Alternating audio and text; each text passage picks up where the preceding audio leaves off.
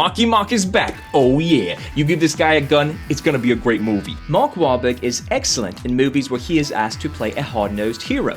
Who am I kidding? Mark Wahlberg is excellent in movies, period. So the basis of this movie is you got this squad, right? And they gotta take this guy to an airplane that's a 22-mile drive away while everyone in the mud is trying to kill him. The idea is, once they deliver him to this airplane, he's gonna deliver these codes that's gonna help locate this incredibly powerful Hiroshima-level explosive powder stuff. This movie was nuts. The entire 22-mile trip was non-stop intense action. Of course, you know that Mark's character is going to survive because at the very beginning of the film, they do a flash forward to him recapping the 22-mile ordeal, which, by the way, was completely unnecessary. That did not add anything of value to the movie. There is no point to flash forward to him recapping the stories going along. It was dumb. Anyway, yeah, a ton of people with guns, and you only have 4 to 5 people on your squad. It was definitely a wild ride. The cinematic elements in this film helped drive it. However, overall, it was too unexciting with the finish, and on top of that, the finish is extremely predictable. There are plenty of laughs in this one, but they weren't your typical kind of giggle bits. They all came from Mark's dialogue, how just incredibly ruthless and snarky he was to everybody. And I mean everyone, even the people on his own squad.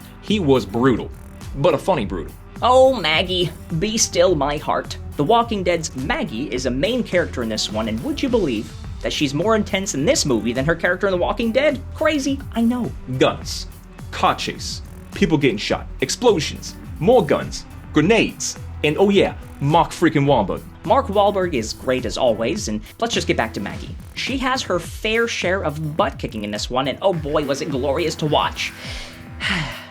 Now my girl Ronda Rousey, she's also in this film, but she didn't really have too many lines, didn't really kick too much butt, so she was aight. I wish it was 100 miles so I could've got more boom and bang, but still, 9 out of 10. I now understand why this movie is struggling in the ratings and in the box office. 3 out of 10. I wasn't falling out of my seat or anything, but I also wasn't expecting to get a few chuckles in, and that's exactly what I got. 6 out of 10. I kinda knew what would happen overall, but not knowing who was gonna die in between was pretty legit. 7 out of 10. Maggie, of course, gets a 10, but this movie, I would give an 8 out of 10.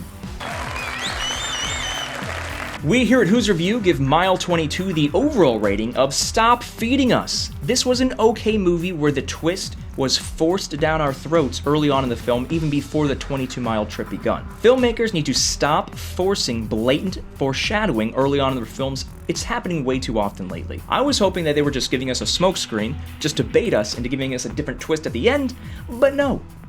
The twist at the end is exactly what they're foreshadowing heavily early on in the film. There you have it. That's our review of Mile 22. What do you think? Are we way off, right on? Let us know in the comments section below and we'll check it out and respond. As always, if you want to stay up to date on all things Who's Review, make sure you like us on Facebook, follow us on Instagram, and most importantly of all, subscribe to our YouTube channel. We thank you guys for checking us out here at Who's Review, where everyone's a critic.